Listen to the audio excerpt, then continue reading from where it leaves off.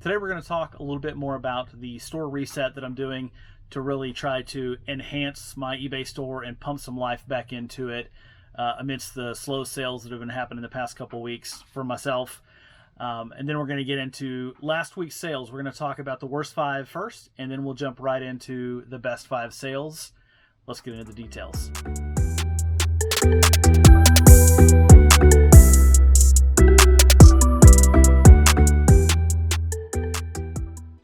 All right, well, if you're here for the thumbnail, we're going to talk about what I'm doing with my eBay store.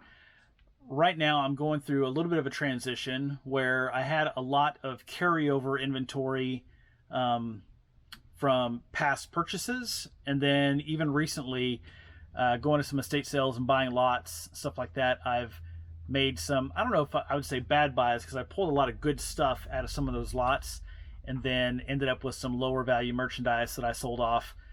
The issue I run into is I'm selling stuff for $4, $5, $8 and just not making very much money on it. And sometimes those are the items that are,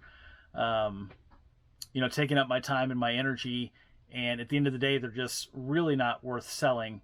So for lower value items, I'm really taking the approach of maybe lotting those items up. And, instead of a $5 item by itself, if I can find 5 $5 items and put them together in a $20 to $25 lot, I'll do that versus selling them one at a time for $5 a piece. Another thing I'm doing is looking for higher value merchandise. So I'm not looking for something where I can say double or triple my money that I'm going to sell for $10, but I'm looking for, got some examples here of items that I picked up yesterday, actually. So this is a good item. This is a Revere, not Revere Ware, interestingly enough. It's a Revere buffet service piece. I picked up for $5.40. This should sell for about $50. And this should sell in about 30 to 45 days. I've sold one of these somewhat recently. It's a really cool piece. You don't see a lot of their buffet service style items out there. But it's the second one of this exact item that I've put in my store now. And then items like this. So I saw these little Starbucks, I don't know how you say that, Demitasse, I don't know, cups at Goodwill. Still see the tag right there. $4.89 plus tax. So I'm into it for about $5.40. There's 3 listed. 2 listed at $100, 1 listed at $75, and then there's a sold comp from about 45 days ago for $65 plus shipping. A couple of the listed items, the ones that are listed from Japan.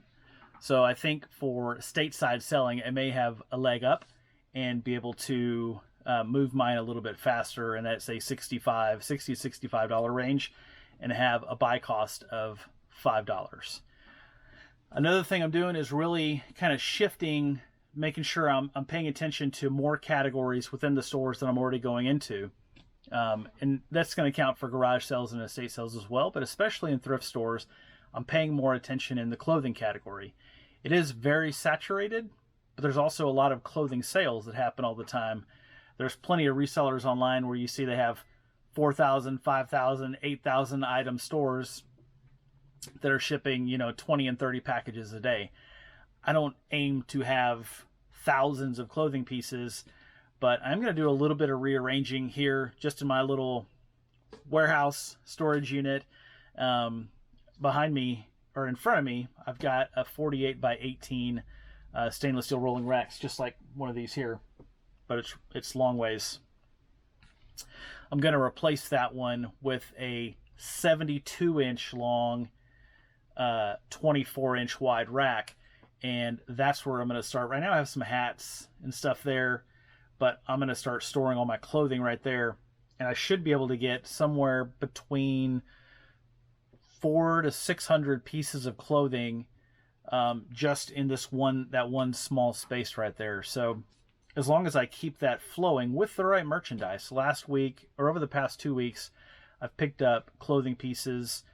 Got about 30 pieces or so. I've been extremely selective. There's been stuff I've left behind. I've found some Peter Millar I left behind, which some people would probably freak out about, but when it's, $7 or $8 a shirt and it's worth 25, I can't buy that.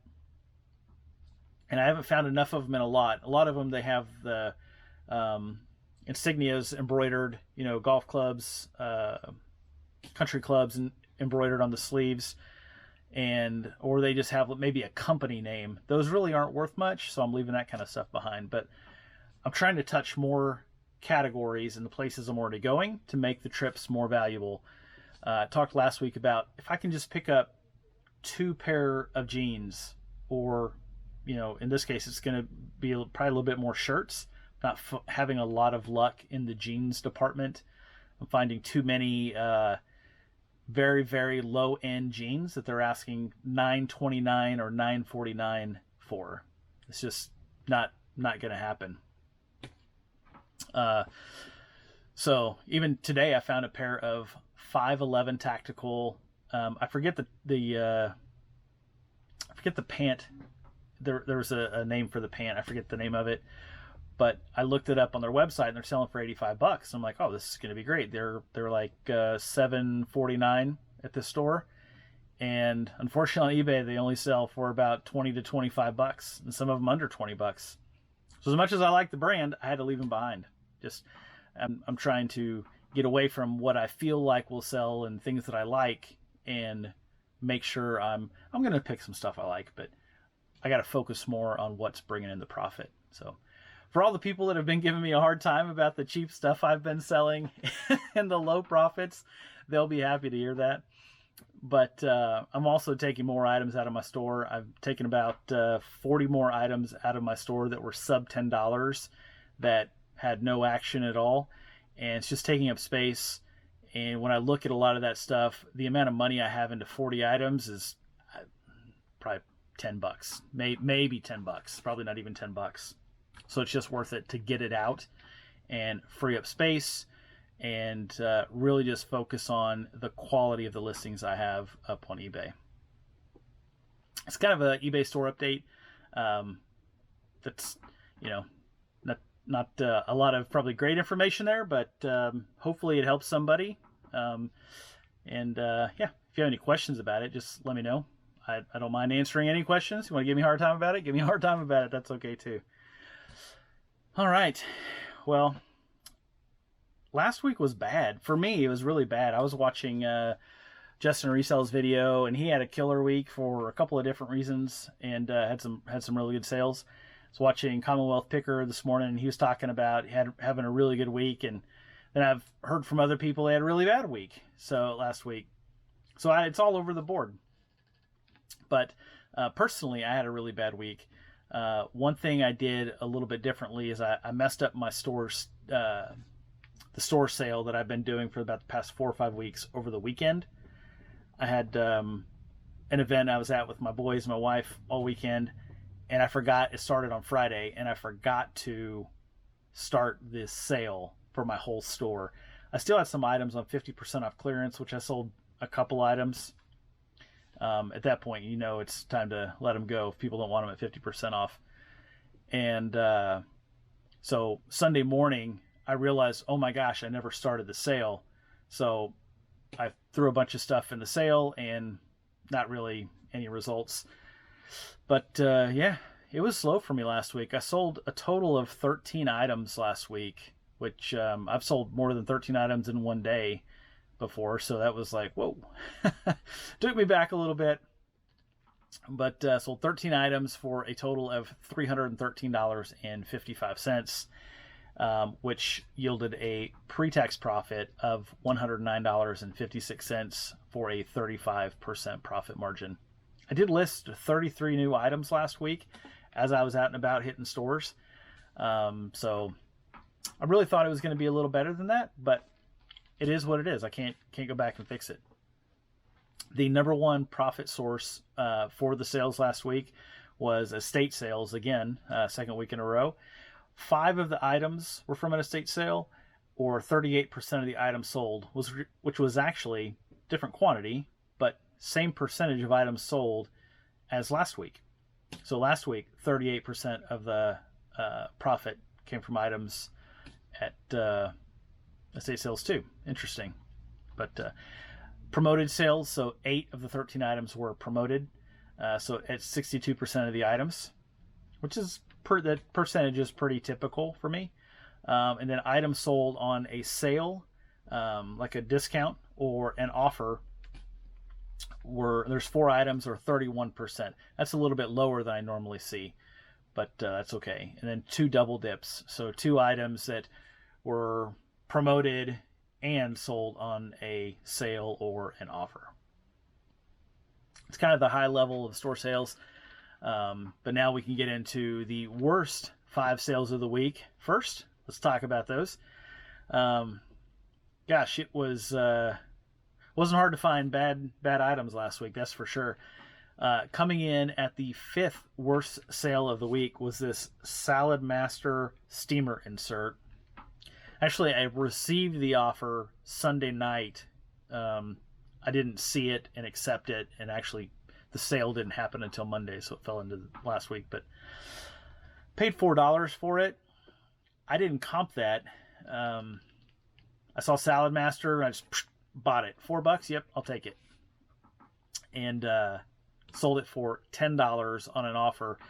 The person did buy a Salad Master saucepan from me and didn't ask for combined shipping or anything else. So I took the offer. I did make about $6 or $7 on the shipping in total for the 2 pieces, which was nice. But I actually saw, so on Saturday while we were at the event, I had a break. I ran over to a Goodwill that was a mile away from where we were. That exact same Salad Master steamer insert. I walked, it's a brand new Goodwill, I'd never been there. Walked over the pot and pan aisle. I see the handle with the swirl. I'm like, that's a Salad Master piece right there. And I walked over and I picked it up, and it was another one of those stinking steamer inserts. And they wanted $4.89 plus tax, so it would have been about $5.40 or so. And I was like, I can't buy this. I want to because I like the brand. I know it's great quality, but I can't buy it because I just sold one for $10 and it's not worth it. And I put it back on the shelf.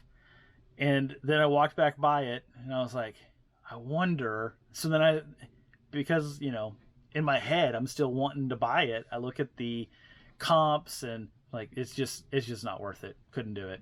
Put it back, left without it. So glad I did.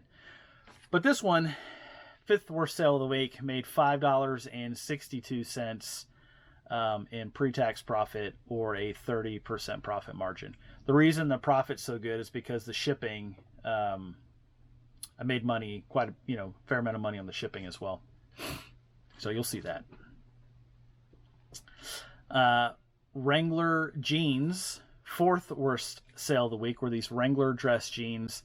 I picked up a whole bunch of jeans, overalls, different stuff from a lady who was a reseller. I showed up early to a garage sale whenever I saw this stuff, and this has been probably 6-8 months ago on a Saturday morning.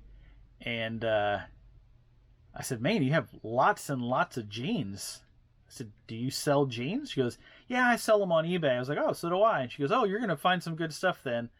But she had gotten engaged, and her fiance was like, this stuff's got to go. Like, this stuff's got to go. So she was selling all of her inventory at a garage sale for 50 cents a piece. So I picked up a whole bunch of jeans. Some of them I've sold, some stuff I've sold and done pretty well with, but not these.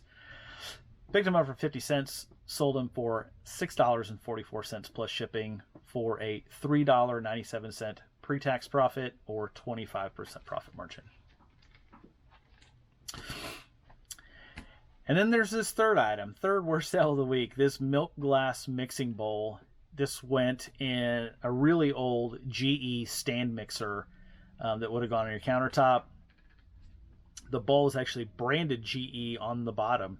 It not Anchor Hawking Fire King or anything, which I think that's actually who made them. I think it was an Anchor Hawking Fire King bowl, but it was just branded GE.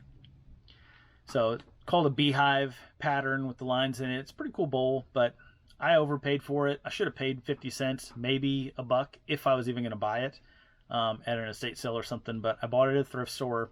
I paid $3.25 for it and was only able to sell it for $7.89 plus tax, plus shipping. Sorry, yeah, plus tax, but plus shipping. The sell-through rate wasn't great on those. The selling price wasn't great on those. It's just wasn't a great pickup. So $1.42 after everything, pre-tax profit, 8% profit margin. That was a bummer. I didn't comp it because when I saw it, I was like, oh, this is old. It's milk glass. It's cool. It's in great shape. It's probably worth at least $15. And I was wrong. That's why you comp things.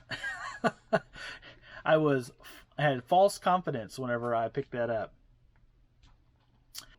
So the fourth worst sell of the week last week was this solitaire board, which is a weird little item. Picked it up at a thrift store down in Norman. It's a styrofoam solitaire board. So on it has a picture, several pictures, but like a picture of a boy under a tree with a fishing pole.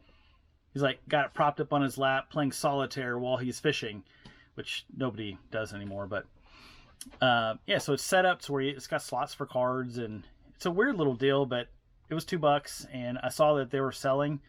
This one sold pretty slow. Sold it for $9.89 plus shipping. I got beat a little bit on the shipping because I had measured the dimensions of the item and not thinking about I'm putting it in another box to ship it. But made $1.13 pre-tax profit, or a 6% profit margin. So at least I got a little bit more than my money back out of it. Make me feel somewhat not horrible about that purchase. And then there's the worst sale of the week. Last week was this, and what really burns me up is this one was free. This is an industrial fitting by a brand, Kraus Heinz. It's an industrial fitting. I bought a toolbox for $10. It was personal use, and it had a bunch of random stuff in there. And this fitting was in there. So I counted everything that was in there as free. This fitting, I saw one other one that had sold for like $4. And I put this one at $4.88. Free shipping. Messed that one up. That's where I messed up, is $4.88 free shipping. I know I don't sell stuff for $4.88 free shipping. I know better than that, because I know it's going to cost me minimum $4.50 for a shipping label, and I got to pay fees, and that math does not work. So that was just a mistake on my part. But ended up losing 58 cents. So that was, 58 cents less in there, or a negative 12% profit margin on that one. Good thing is there was a couple other items in that box. There were a couple other little weird industrial lever pieces that I sold for like $12 or $14 a pop for a couple of those. And in that same thing, there were these really heavy galvanized outlet covers for electrical outlets, like a switch, for actual outlets, which you put plugs into. And I think there were 7 of them in there, and I sold a lot of 7 for, I think, like $110, something like that. It blew my mind. They were all still in their original bags. Yeah, so that was that made it worth it. Kind of helps offset the loss, the 58-cent loss on the fitting a little bit. But yeah, I should have never listed that thing, really. But now it's gone. Adios. Now we can get to the 5 best sales of the week, which there's only a 3-item spread in between the worst and the best because of the 13 items sold. But yeah, so luckily there are 5 best items to go through. Let's look at the 5th best sale of the week, are these Tinker Toys. It was an incomplete set, and I got some good pictures of it, got it out the door, paid $1 for it at an estate sale, sold it for $13.89 plus shipping for a pre-tax profit of $9.03, or a 40% profit margin. The lady that bought it left a review. I mean, she super excited to have those Tinker Toys. So that was pretty cool. 4th best sale of the week, and this is a little bit of a weird one. So these Wiss brand sewing scissors, they have like the faux turtle shell type handles on them. Picked them up at an estate sale for $2.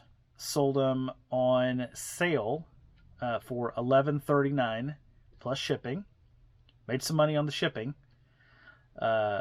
Pre-tax profit of $9.10 or a 47% profit margin.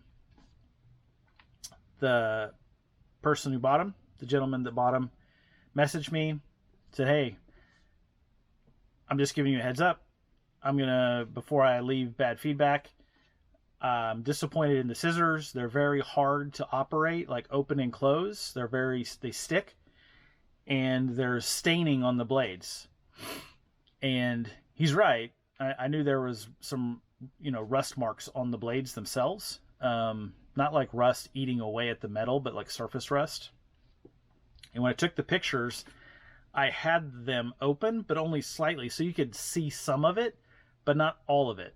Completely my mistake. I'm not trying to, con people into buying vintage scissors and steal their $11.39. So I explained to him that that was completely my mistake, and I understand. Now, the not opening part, in his message to me, he explained that he had really bad arthritis, so he wished they were easier to open and close. Actually, it must have been the video whenever I was showing that I had sold them. I used them a couple times when I was cutting shrink wrap in here on the table I pack on, and they operate really smooth. I had no issue with them opening or closing or anything like that. So I think it probably goes back to him talking about the severe arthritis. Because I have that part, but I told him, I said, look, the rust spot's my mistake. Mark it not as described. You won't pay for the shipping. I'll end up paying. eBay will bill me for it. No big deal. And just send them back. And I said, if you do want to keep them for some reason, I'll give you a partial refund. I offered that. He didn't ask for it. He wasn't threatening a bad review. He just said, hey, I'm disappointed. I'm going to leave you one. That was it. So he said, well, he goes, I really don't feel like I could use them still. And so I think I'll just, if I can send them back, I'll send them back. And I said, yeah, you can send them back. It won't cost you anything. And so he initiated the return, and it looks like they're on their way back. So we'll see if they actually get here. But he seemed pretty firm in wanting to send them back. So but I'll just clean up the blades a little bit and resell them. Probably take the price up a little bit. Maybe don't try to sell them on an offer, but take the price up a little and sell them again. So yeah, it happens. If you get returns, people want to return stuff, just don't freak out about it. People say, hey, and he didn't leave me bad feedback, by the way. He didn't leave me any feedback. And probably and it was very kind of him to just say, hey, this is what's going on. Give me a chance to solve this problem. Rather, some people will leave you bad feedback, and that's how you know there's any problem. I actually had somebody who bought a pair of kid shoes from me just maybe about a month and a half ago. And it was neutral feedback. So, no. You know what? It was positive feedback. This was funny. It was positive feedback saying they really liked the shoes, other than they were the wrong size. They weren't the size in the description. I was like, what in the world? And I looked back through my messages, never got a message from the buyer. And so I looked and said, they said they were too small. So I looked back through my pictures, and what I had done, there was a size chart on the back of the shoes. I had transposed the age range, the wrong age range with the size of the shoe. And because they were like for toddlers, they weren't not like a size 10 or something like that. And so I replied to her feedback and said, hey, I'm really sorry. I see what I did. Here's what I did. It was my mistake. You can send it back just like this. And I never saw a message back. And, maybe she has a friend who's going to take it or something. I have the shoes or gifted them. I have no idea. But, that was kind of a weird one. Positive feedback, sending the wrong item. And it was $20 plus shipping. So it was probably $30 all in for the item. And, never asked to return them or anything. So go figure. But just don't get bent out of shape on returns. It's part of the reselling business. It happens, and just move on down the road. All right. Number 3, third best sale of the week is this Nintendo 64 Super Monkey Ball game. Or was that GameCube? Whatever it is, whatever it says up there, it's that. It's the Super Monkey Ball game. I picked it up at an estate sale on the half off day for $10. Sold it for $29.89. That one was free shipping, I think. No, that was plus shipping. That one was plus shipping. For a pre-tax profit of $14.07, or a 41% profit margin. Had a really good sell-through rate when I looked it up at the garage sale. The only way you could buy it is on half off day. Otherwise, it wouldn't work. So, and I say that some people might have bought it for 20 and sold it for 30, because it sold in about 24 hours. And it sold that fast, and that was the going price. Everybody was selling them for $30. So I mean, I do mine's at 89s, so 11 cents under $30. But yeah, so I didn't undercut the market, but it sold in 24 hours. Glad to see that go out the door. Next item is this Grunt style fanny pack, crossbody bag, multi-purpose, man purse, whatever you want to call it. But paid $4.65 for this at a Goodwill right up the street from me. Brand new with tags. Sold it for $39.89 free shipping. So there was another one listed for $40 free shipping, and one had sold in the last 90 days for $40 free shipping. So I thought, well, I'm just gonna, roll with the crowd. Sold it for $39.89 free shipping, and sold it in about 2 weeks. That was a $17.50 pre-tax profit, or a 44% profit margin. I almost kept that item. I thought about using it as my garage sale fanny pack, but I've got one with a little blue one with yellow ducks on it. I'm just going to roll with that one.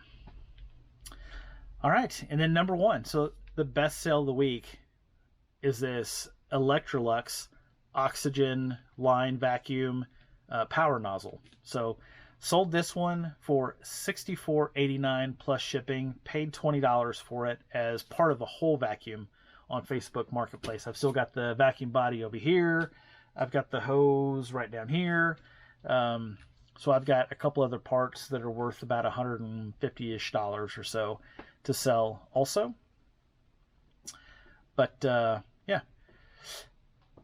pre-tax profit of $29.92 on that one, for a pre-tax profit margin of 38%. I like selling vacuum parts. Their vacuums are generally very durable to ship, and just having them for a period of time. And if you buy the right brands, Electrolux is a great brand to buy in canister vacuums if you get it at the right price. I paid $50 for the whole vacuum, so you need to get it at the right price, so you can buy it for $50 and sell it for $250 worth of parts or more. So I've been able to buy some vacuums for $10 or $20 and then part them out for $300 and $400 before. It's been crazy. But Electrolux vacuums are good ones to buy. Watch out for those. Not very plentiful where I live, so you just got to really search for them and take the opportunities whenever they come. But yeah, well, that's it for this week. No awesome, huge, bonkers sales. And still, we've got a few mixed in there, really bad sales. And the outlook for this week is a little bit better. Started off first thing Monday, 5 sales for Monday to get the week kick-started. So I'm hopeful that we can beat 13 sales from last week and put a little bit more profit in the bank. If you have any comments or questions, please leave those down below. And until next time, have a great day.